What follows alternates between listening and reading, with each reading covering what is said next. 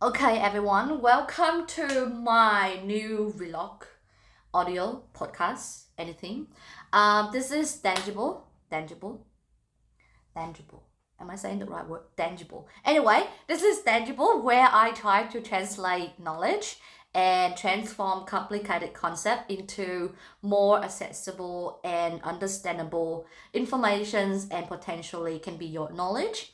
I will invite people I know in my circles. So in the first episode, I invited Dr. Alex Pavalotski. He is my teacher, one of the first teacher I have in Australia, a neuroscience, no, a cognitive anthropologist, a very good friend of mine here in Melbourne, and most importantly, he's an Andrew, my another favorite teacher. So Alex and Andrew are responsible for 80% of my work, the way I'm running my business, the way I teach, and also my personality. I'm so rebellious because they are so rebellious. Okay, anyway, without further ado, let's deep dive into the conversation today. Okay, now There we go. Now we've got it. That's good. Yeah. All right. Uh, Thank you so much for joining Tangible. So in the questions list that I sent to you, I told you that it is inspired by the concept of knowledge translation, yeah? yeah. But knowledge translation is the subject that Andrew taught me in my third year at Monash, yeah. Yeah. Yeah. That's why I told you, you and Andrew responsible for 80% of my work. Well, I'm very glad because I'm certainly excited about it. And I know that Andrew is excited about the work that he's doing. So, yeah, and being passionate about it is what makes you successful. So that's my personal opinion. Thank you. All right. So I don't want to go around too much. So if you can you introduce yourself and your work to the audience? Sure. Hi, everybody. My name is Dr. Alex Pavalotski. I'm a cognitive anthropologist. I started off with illustration and trying to communicate scientific concepts with art. That was my honors focus. Then I did a comic ethnography, but it became about movement and embodiment. That was my PhD research. And then after that, I worked with radicalization, toured at the University of Auckland, and was really interested in conflict and war. So that's sort of my research history. Moonlit in private industry the entire time, so mostly UX research recently, but before then, system analysis, general consulting, all of that kind of jazz. So one foot in the academic and research world, the other foot in private sector. And I like drawing and trying to be creative with the way that we communicate things. Also teaching, I really enjoy it. I'm a huge anthropology nerd. So yeah, I think that's me. And Nia was my student, so conflict of interest being immediately present if there was one there. Yeah, so I met Alex in I think 2017 when I was a student at Monash College. And you taught me two subjects. One is, I think one of the unit is communication, media, and the society, and the other one is a unit in sociology. But I really enjoy it. Yeah. That media subject was so much fun. So good. Yes. I had so much fun with that subject. Yeah. I just realized recently that it took me more. It actually took me a lot to like a subject and to do well in a subject. I need to have good teacher, passionate about the subject. The subject has to be good itself, and I wanted to ask complicated questions. Yeah. Yeah. I was a part of the reason why it was so much fun teaching that media subject and having students like you there, the ones who ask complicated questions, is because it's an opportunity to talk about semiotics, which is something that you have to study if you're doing analysis and ethnography and anthropology. And then you're just applying semiotics to media. So it was just, we got to play with James Bond and perfume adverts and all of that kind of, the semiotics of it was just the fun part. All of that key to communication, which is all key to good teaching. So yeah, trying to keep it on topic. Yeah. All right. So let's jump into the topic today. So we talk about ethnography. in classroom. But even the term, honestly, when I ask my pre-subject teachers friends, ask them, have you heard of ethnography before? Many of them said yes, many of them said no. There's one answer that surprised me. So she told me that the word sounds very big and it sounds scary for her. But actually, when I learn, I'm gonna let you explain the definition of ethnography. Honestly, when I know what is ethnography, it actually in our everyday life, we do it every day. So if you had explained the term ethnography for someone who had never heard of that before, or to a 5 years old kid, how would you explain it? I would begin by saying that it means two things. One is very surface and available. So ethnos is culture, behavior, humanity. It's humanity. And graphy is the process of writing. So on a very sort of immediate level, ethnography is describing the world in which you live. Like that's its first definition, and describing it by thinking about it really hard. So that has immediate implications for education. Wonderful, wonderful stuff to play with. But there's also another version of ethnography. And in this sense, ethnography is a practice of understanding other people by really occupying their shoes, by stepping into their worldview. So it's a form of research methodology, which is what a lot of the passionate work that I'm excited about in ethnography. So going to places, putting yourself physically in that location, experiencing things through that person's sort of perspective as much as you can while asking questions and sort of reaching this point of being able to understand somebody really within context. I mean, never ultimately, because that's impossible, but really having that sense of understanding of values and pressures of experience and the sensory and all of this kind of stuff. And that's, yeah, research methodology also another one of the things that I'm passionate about. So both of those are great. One is easier because one is just describing your ethnos, the place within which you live, humanity and its rules. Really useful, incredible teaching tool, fantastic for perspective shifting. And the other one is this sort of participatory, really radical methodology, which is, yeah, really cool. And both of them are ethnography. Depends on how you want to use it. Yeah. So when you talk about we have to put ourselves in other people's shoes in ethnography, how is it different from being empathetic to other people? Two big things. One is there's a very strong objectivist, almost scientific conception behind it. I mean, it depends on how you go. Some people do autoethnography to get really poetic. So there's certainly a very artistic side to it. But classical ethnography is verifiable, interview-based, heavily logged. So you're always writing down where you are, what time of day, whatever else. So it's something that is almost like a historical record, and it's got this really strong scientific conception.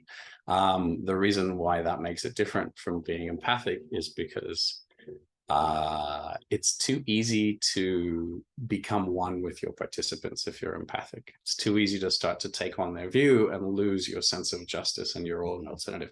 So ethnography, this is the second thing that makes it different. It trains you. If you're doing anthropology stuff, you're trained to start to step into this perspective where you see yourself, another person, and then the context within which you exist as one sort of understanding. So yeah, you have to kind of practice it. You have to understand that there's social rules. You have to understand that you have your own subjectivity and bias. You have to understand that there's things that you don't understand about this person's life up until this point, and you can investigate them. So yeah, that's the methodology side of it. I'm rambling probably. Let me know if I'm not being clear and if you want me to clarify anything. Yeah, actually very clear. There's one question I want to ask. Because I remember when I learned this in Anthropology 101 back in 2020 in your online class, there was one part of losing yourself Mm. when you practice ethnography that I still remember to this day, because I feel like being empathetic to other people without having a boundary Mm. is a way for us to lose ourselves, Yeah. but it's also a way for other people to manipulate without, maybe we know, but a lot of time that I don't know that Yeah. being empathetic and even practicing ethnography without having a clear boundary can easily make myself lose my identity. Yeah. So my question here is, if, because I'm gonna take it back to the classroom. So Mhm. if we explain this term to teachers, and it's so easy to see teachers to bring the work home, to be too empathetic to the students, Mm. to carry too much. Mm. Part of that is because of their personality, but also from my position, a lot of that is because of the rule, because of expectation, because of society. Mm. How can teacher use ethnography? But no, before that, what is ethnography for teachers then? Mm. Yeah. It's a really big question. There's a lot of potential applications, I think. I might try to respond to the question you were forming before, if I understood it correctly. Yeah. In the sense of being in the field, one of the things that ethnography would probably have to teach teachers is the professional capacity to detach, understanding what version of yourself is presentable, even with the most empathic sense.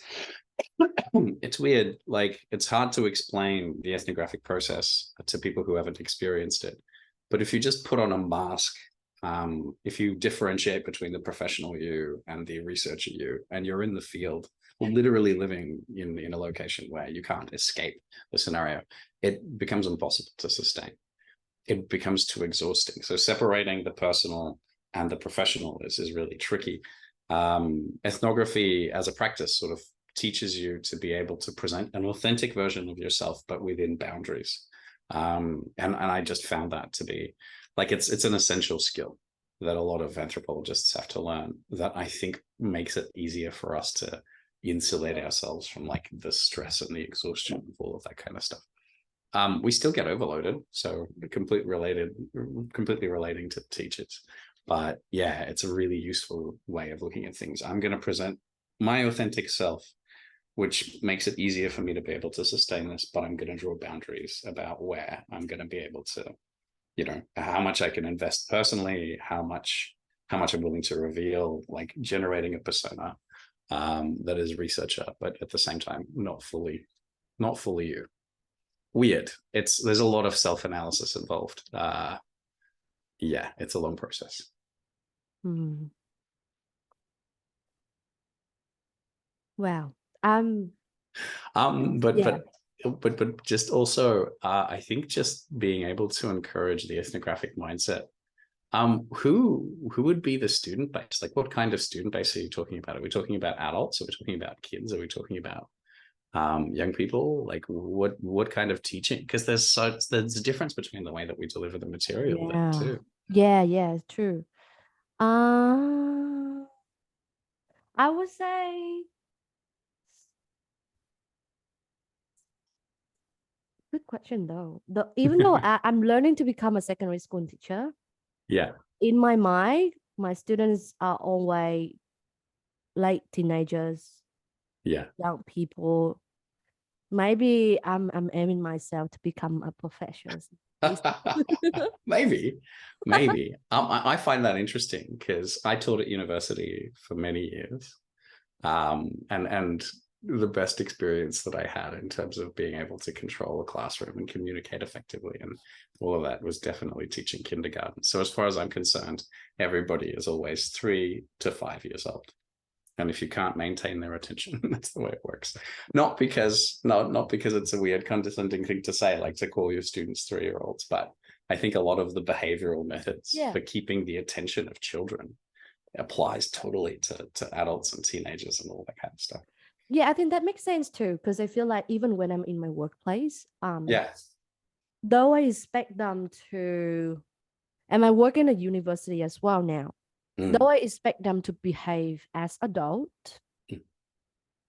because they are put in a setting of a university. But when situations happen, they're so irrational.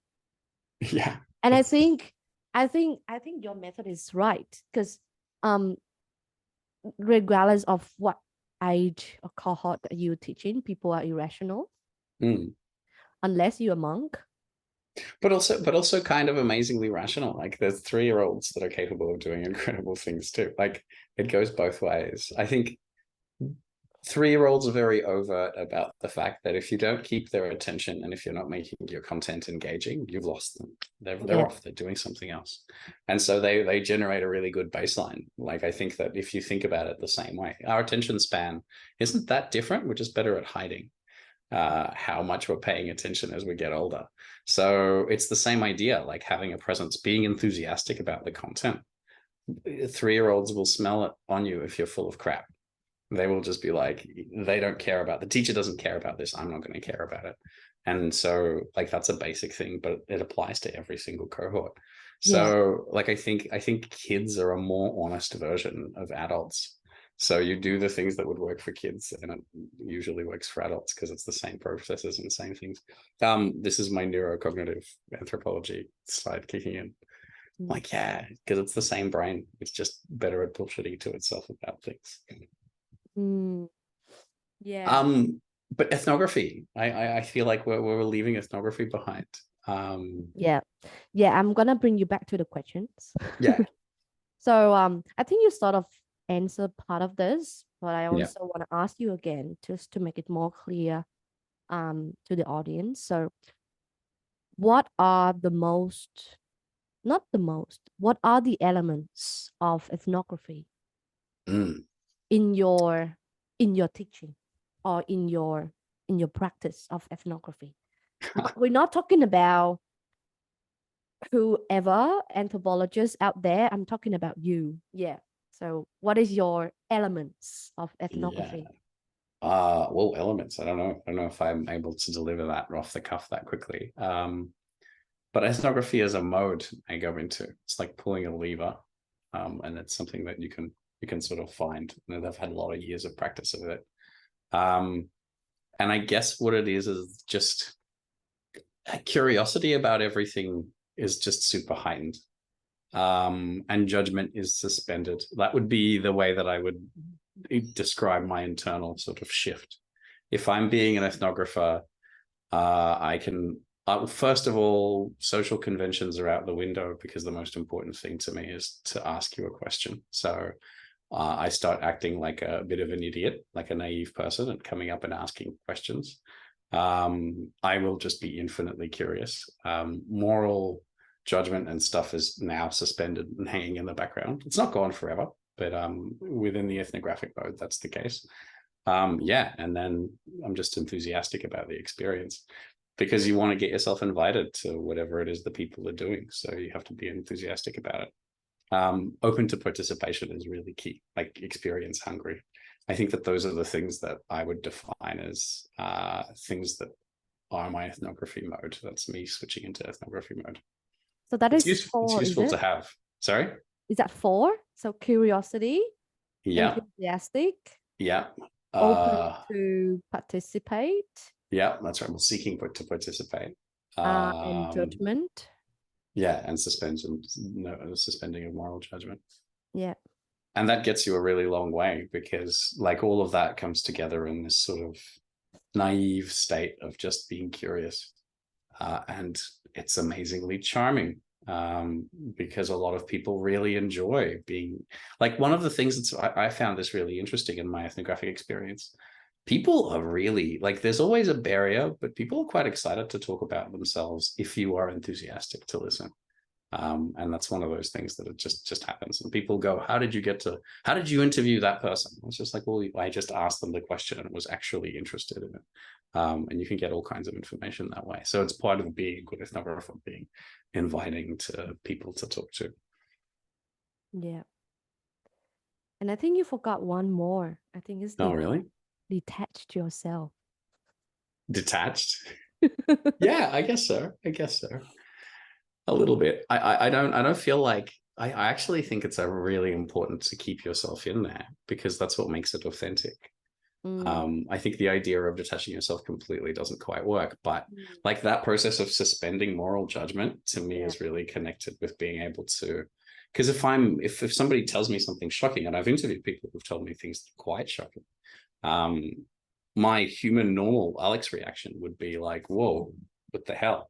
But if you enter that ethnographic mode, everything that is a startle reflex, I do my best to translate into a form of curiosity. So you go, whoa, and you can still have that reflex, because it would be inhuman not to have it. And then you would ask a question about it as opposed to making a moral judgment. And that's like incredibly effective, because again, like it demonstrates your curiosity even in the face of something that's quite confronting. Doesn't mean that confronting stuff isn't something that you'll have to process by yourself later on. Quite important to point out, it's not something that you push down. Like there are moments where you have to sit down with it all. But in terms of being in the field, it's the best way to go as far as I'm concerned. Yeah. Yeah. So based on the important elements that you have, I just want to share a story of mine. That just happened quite recently. It's just not. It has nothing to do with classroom. It has nothing to do with education at all. But me educating myself to be a better human being in dating. Yeah.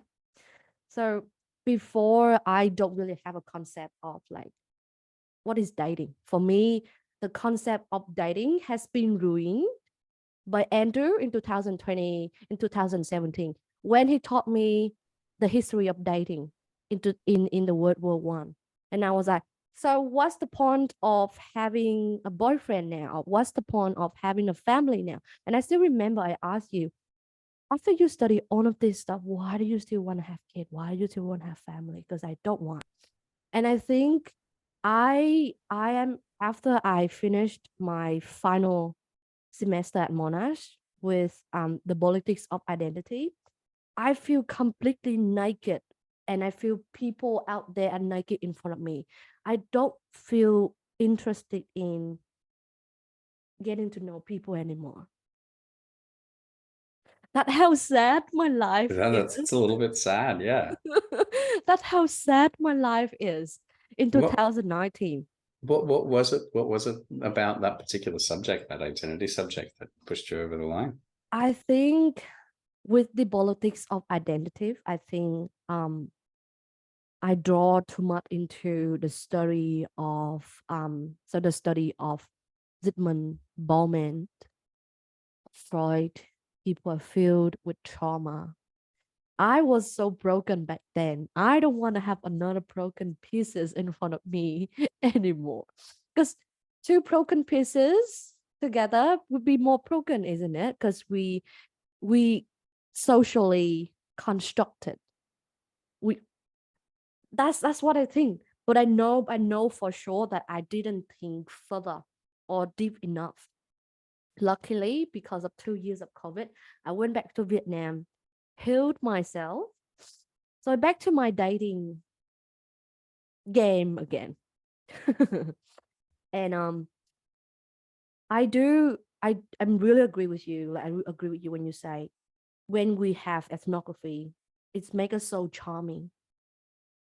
I think being charming is also part of my personality, but also I think I am also trained to be a charming person, to ask questions, to stay curious. That's why it's so easy to get guy talking to me when I'm on date, especially I'm doing digital dating these days. Yeah. Yeah. And I also suspend my moral judgment about them. quite later on the relationship, because I want to know more what's going on with this person, what history has made them. And I'm very enthusiastic in talking to them, in getting to know them. But sometimes it just feels so easy that the moment I feel like I know that when they share too much about themselves to me, I know how it's gonna end. If I'm genuinely, I'm genuinely interested in getting to know more about them as human being. But my problem is I'm just too much into ethnography, into understand a human being, that I forget the chemistry. I don't have that at all. It's so rare for me to have that with other human beings. That's why sometimes I ask myself, is something wrong with me? What if I I've been practicing so much, it's become natural, then I can't connect with other people. But then I realized after every ending, after saying goodbye, bye bye to them, each of them teach me a lesson about me and about my life. But the only way I can do that is because I attach myself to their story to understand their life through their worldview. But because of that, I'm not saying every time my heart got broken a little bit more. I'm just saying after that, I just feel like I don't know who I'm going to die next. Yeah. So that that is my story with ethnography outside the classroom. Yeah. Yeah. I love it. I think there's a big thing there, where the distinction between the two types of ethnography that I mentioned at the beginning of our conversation, the idea of it being a form of writing about the world, and then an immersive practice. It feels to me like you are living in the writing about the world, that logical component of ethnographic practice, because the methodology is like, it forces you to confront a lot of questions about things like identity and self. And the reason why it does is because a great deal of the practice isn't, it's the thing that I always say in all of my classes, and I'm sure that you would have heard me say this in anthropology, is that the primary method, the primary tool of ethnography is you, the person who's conducting the ethnography. That seems like a flippant thing to say, but it's actually really deeply profound, because what it does is it presumes that people have a shared physical experience of existence. For all of our differences, which are very, very many, like this idea of this base physicality that we all experience is something that allows us to spend a moment in each other's shoes, is quite key to that idea. Which means that it's interesting because the scientific side of ethnography, I'm a huge fan, of course, and I practice it myself. Like, it's it's why people hire me. And you do this analysis where you can do all kinds of rich research that overlaps with data and user experience and all of this kind of mathematical, scientific stuff. But it's still the story that gets teased out. The downside of all of that is that it often gets understated how physical, sensuous and experiential that process is. It's because you are the vessel of communication. Ethnography has to be like, you are thrown into the world and you are forced. One of the great things about the ethnographic self, like, this is kind of weird, part of the persona and the suspension of moral judgment is that I am stupidly oblivious to risk sometimes when I put on my ethnographic face, because of that sort of hunger for experience. One of the things that you call out for is that you go out there and you make all of these risky decisions and you put yourself into situations where you're talking potentially to dangerous people.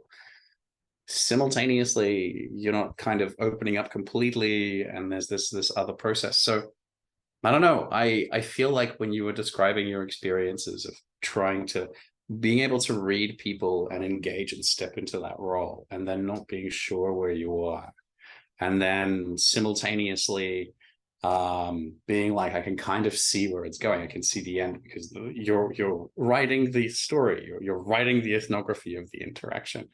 There's a whole other experience within there where it's just occupying space and experiencing things, and I think that would potentially fill in the other side. And one of the things about ethnography is, and it's horrible to say because it sounds awfully condescending, because it's got to do with personal experience and living through stuff, but one of the things that ethnography forces you to do is it forces you to really get okay with yourself.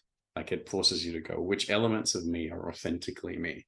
Which are the non-negotiable components? Because to be really good at ethnography, it helps to be, as you described, to be able to have that charm, to have the capacity to listen and make people open up. And a lot of the time that's just, asking the right questions and being good at shutting up at the appropriate time. But there's a point at which you've practiced enough where you have boundaries, where you realize that there's elements of yourself that you need to insert, where you also have to be able to draw back and be able to say, this isn't relevant, not even for your own protection, but because sometimes you don't want to have a conversation about everything under the sun. You're doing research. And that means that you have to understand then, if you have to draw boundaries, how you come across when you're drawing boundaries. And then you have to come to terms with the fact that you look the way that you do, and that is automatically going to have an impact on the way that you interact with people, which is one of those things that everybody knows, but it's difficult to talk about because, we exist behind our eyeballs and we think that it's the same. But we also know that because I am male of this particular ethnicity, I'm going to get treated in one way, because you are this way, because anybody else is that way. That the impacts, it's the phenomenology, the experiential phenomenology of everything. So that understanding, that realization of seeing yourself in a room and the way that people react to you within that space, that's part of ethnography, and it's really useful as a form of self-realization. Like, yeah, there's usually a point where somebody's done a little bit of ethnographic fieldwork, like a student who I might be supervising or something, where they have this moment where they're like, you see their mind reconfiguring everything, and that's when they've really stepped into that ethnographic space. Quite often they'll be depressed for a while because their cognitive triangle fell down, but that's a whole other story. Okay, thank you everyone for listening to this part of the conversation. The second part of the conversation will be uploaded next week. We will continue to discuss on cognitive triangle, one of the most important parts of ethnography, and people who practice ethnography and how we detach ourselves from the subject that we're trying to study. If you can, please follow my channel. I will not make any money out of it, but it will teach the algorithm. It will show this video to more people, and potentially one of the people that this video pop up will need this conversation. Thank you so much for listening. I see you again. Bye.